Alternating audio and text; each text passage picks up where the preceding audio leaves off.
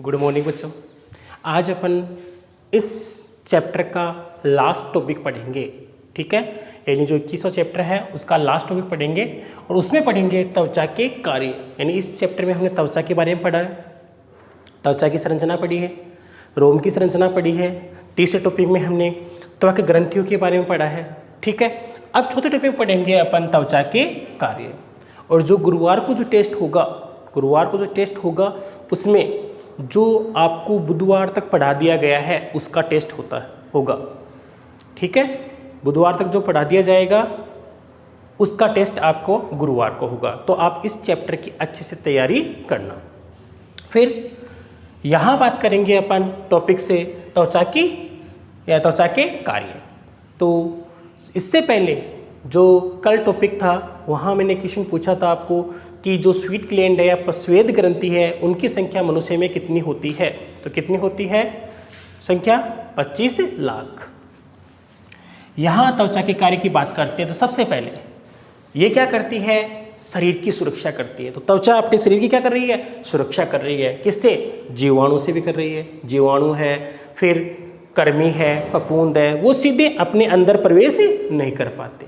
यानी अपने अंदर जो स्किन होने के कारण जीवाणु है, फंगस है, कृमि है, वो अपने अंदर स्किन के होने के कारण अपने शरीर में सीधे प्रवेश नहीं कर पाते। तो उनसे क्या होती है? सुरक्षा होती है। फिर ये क्या काम करती है? त्वचा है वो पराबैंगनी विकिरणों से क्या काम करती है? सुरक्षा का भी कार्य करती है। फिर ये क्या होती है? जल अवरोधक। स्किन होने के कारण अपने शरीर में सीधे ही जल अंदर प्रवेश नहीं कर पाता है, तो ये क्या काम करती है? जल अवरोधक का कार्य करती है। फिर सामान्य बाहरी कोई चोट लग जाए, अपन गिर जाते हैं, ठीक है, तो बाहरी चोट है, धक्के है या रगड़ है, उससे भी स्किन बचाने का कार्य करती है। तो पहला इंपॉर्टेंट कार्य हो गया, अपने शरीर की सुरक्षा करती है जीवाणुओं से, कृमियों से, फफूंद से, उसके अलावा पराबैंगनी विकिरणों से, धक्कों या चोट से, और जल अवरोधक के रूप में कार्य करती है। फिर उसके बाद की बात करते हैं टेम्परेचर को कंट्रोल। अपने शरीर का तापमान क्या करती है? नियंत्रित करती है। शरीर का तापमान क्या करती है? नियंत्रित करती है। जैसे सामान्य जो स्वस्थ मनुष्य होता है वो उसका टेम्परेचर होता है 37 डिग्री सेंटीग्रेड या 98.4 डिग्री फ़ारेनहाइट होता है, ठीक है। ये स्वस्थ व्यक्ति का टेम्परेचर होता है। अब जब गर्मी होती है उस समय क्या होता है? गर्मियों के समय के अंदर टेम्परेचर क्या होता है? अधिक। बॉडी का कितना है? 37 डिग्री। तो इसको कम करने के लिए पसीना ग्रंथि है वो किसका स्राव करती है? पसीने का स्राव करती है। और पसीने का जब स्राव होता है तो हवा के माध्यम से अपनी बॉडी का टेम्परेचर क्या हो जाता है? कम। तो तापमान क्या हो गया? नियंत्रित। अधिक था उसको क्या कर दिया? कम। दूसरा मैंने आपको यही बताया था कि रोम हर्ष पेशनी, जिसको क्या कहते हैं? एरेक्टर पिलाई पेशी। कौन सी? एरेक्टर पिलाई पेशी, जो क्या काम करती है? जब सर्दी होती है तो बाहर टेम्परेचर बिल्कुल कम है और बॉडी का कितना है?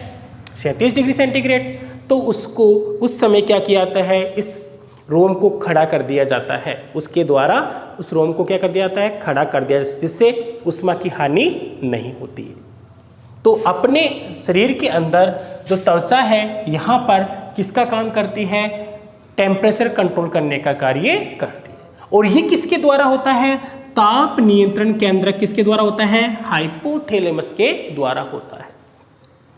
पढ़ेंगे अपन हाइपोथैलेमस के बारे में, जब मस्तिष्क की संरचना पढ़ते हैं उसमें पढ़ेंगे। तो ताप नियंत्रण केंद्र कहाँ स्थित होता है? हाइपोथैलेमस में होता है, ठीक है। 2 पॉइंट हो गए, शरीर की सुरक्षा, दूसरा है तापमान का नियंत्रण। अब है तीसरा पॉइंट, शरीर की आकृति बनाए रखने में भी सहायक होता है। यानी जो स्किन है वो अपनी आकृति बनाए रखने में भी क्या है? सहायक है। फिर खाद्य पदार्थ का संग्रह कर लेता है। जैसे खाद्य पदार्थ का संग्रह वस्य उत्तय का उसको किस में कन्वर्ट कर देता है? वसा में संचय कर देता है। मान लो किसी व्यक्ति के द्वारा जो एनर्जी खर्च हो रही है उससे अधिक फूड ग्रहण कर लेता है, भोजन ग्रहण कर लेता है, उसको वसा के रूप में संचय कर लेता है, स्किन क्या हो जाती है? मोटी हो जाती है। तो वस्य उत्तक का वसा के रूप में संचय कर लेता है। यानी जो अपने अंदर फैट है उस फैट को किसमें? त्वचा के नीचे स्टोर करने का कार्य कर देता है। फिर उसके बाद की बात करते हैं तेल ग्रंथि है। तेल ग्रंथि, सीबेसियस ग्रंथि। सीबेसियस ग्रंथि से किसका स्राव हुआ था? दूध से तरल का सीबम का स्राव हुआ था, जो रोम कांड को क्या बनाया था? चिकना। कर्णमोम सीरुमिनस ग्रंथि थी, सीरुमिनस ग्रंथि थी, जिससे सेरुमन नामक पदार्थ का निर्माण हुआ था और वो कर्णपट की सुरक्षा कर रहा था। फिर दुग्ध का निर्माण कौन सी ग्रंथि करती है? स्तन ग्रंथि। विटामिन डी की बात करेंगे तो पसीने उसके अंदर हमने पढ़ा था एर्गेस्टिरोल। सीबेसियस ग्रंथि के अंदर क्या होता है? एर्गेस्टिरोल होता है और वो प्रकाश की उपस्थिति में विटामिन डी का निर्माण करता है। तो इस प्रकार से जो त्वक ग्रंथियां हैं वो अपने शरीर में तेल, कर्णमोम, दुग्ध, विटामिन डी आदि का संश्लेषण करती है। अब त्वचा उत्सर्जन का काम भी करती है, जैसे पसीने का स्राव कर रही है तो इसमें क्या है? लवण है, यूरिया है, जल है आदि को कहाँ निकालती है? बॉडी से बाहर निकालने का कार्य करती है। तो उत्सर्जन में लवण, यूरिया, जल आदि उत्सर्ज्य पदार्थ को कहाँ निकालती है? बाहर निकालती है। फिर गमन की बात करते हैं तो अपनी त्वचा लचीली होने के कारण, अपनी बॉडी की त्वचा क्या है? लचीली होने के कारण आसानी से अपन क्या कर सकते हैं? गमन कर सकते हैं। फिर कंकाल। अब कुछ त्वचा का कौन सा? चरम। अब त्वचा के दो भाग बताए थे मैंने, ऊपर अधिचरम, दूसरा कौन सा था? चरम। तो चरम भाग है वो संयोजी ऊतक से मिलकर कलाजात अस्थियों का क्या करता है? निर्माण, यानी कंकाली अस्थियों का निर्माण कर लेता है। फिर अवशोषण में भी सहायक है, जैसे अपनी बॉडी पर अपन क्या करते हैं? तेल की मालिश करते हैं, तो तेल है वो कहाँ चला जाता है? अंदर चला जाता है। तो तेल के लिए क्या होती है? पारगम में, जिससे मालिश कराई जाती है और मालिश कराने के कारण अपने शरीर के अंदर हड्डियों को कुछ पोषण मिल जाता है। फिर उद्दीपन ग्रहण भी करती है, इसमें विशेष प्रकार के जो रिसेप्टर पाए जाते हैं, स्वेदांग पाए जाते हैं, वो क्या काम करेंगे? जो भी सूचना है उनको आगे तक पहुंचाने का कार्य करते हैं। तो उद्दीपन ग्रहण करती है त्वचा। फिर दांतों के निर्माण में भी सहायक है, क्योंकि दांतों के कुछ भाग है वो किससे बनता है? त्वचा के द्वारा ही निर्मित होता है। कौन से भाग से? चरम भाग से। तो दांतों का निर्माण है उसमें कुछ भाग है वो त्वचा के चरम से निर्मित होता है। फिर त्वचा पर स्थित जो बालों का रंग है, उनका विन्यास है, कुछ विशेष प्रकार की गंध ग्रंथियां हैं, वो किस में काम आती है? लैंगिक आकर्षण में भी काम आती है। ठीक है, तो लैंगिक आकर्षण में भी इसका सहयोग। फिर पुनरुद्ध भवन। पुनरुद्ध भवन में क्या होता है? घाव भरने, जैसे अपने कहीं चोट लग जाती है, कुछ दिनों के बाद में वहाँ पर वो घाव भर जाता है और सामान्य हो जाता है। तो इसमें कुछ मात्रा में क्या पाई जाती है? पुनरुद्ध भवन की क्षमता भी पाई जाती है, जिसके कारण जो चोट लग जाती है, घाव हो जाता है, वो धीरे धीरे क्या हो जाता है? ठीक हो जाता है। तो आपने त्वचा के कितने कार्य पढ़े हैं? लगभग 13।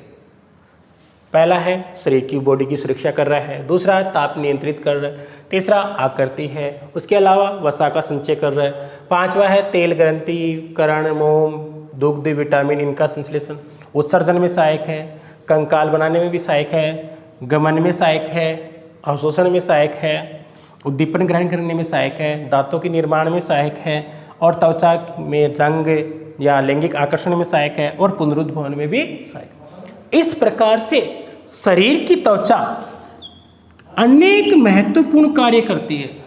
इस प्रकार से शरीर की त्वचा अनेक महत्वपूर्ण कार्य करती है, इसलिए त्वचा को क्या कहते हैं? हरपनमोला का अंग कहते हैं। क्या कहते हैं? त्वचा को हरपनमोला का अंग कहते हैं। तो यहाँ ध्यान देना, आप क्वेश्चन दे रखा है पीछे कि हरपनमोला अंग त्वचा को क्यों कहा जाता है। तो त्वचा है वो शरीर के लिए अनेक इंपॉर्टेंट कार्य करती है, त्वचा है वो शरीर के लिए अनेक महत्वपूर्ण कार्य करती है, इसलिए त्वचा को क्या कहा जाता है? हरपनमोला का अंग कहा जाता है। ठीक है, तो त्वचा को हरपनमोला का अंग क्यों कहा गया है? क्योंकि ये विभिन्न कार्य करती है। ठीक है, अब आज के टॉपिक से अपन क्वेश्चन लेते हैं। देखिए, हाँ, आज के टॉपिक से क्वेश्चन है कि हरपनमोला अंग किसे कहा जाता है।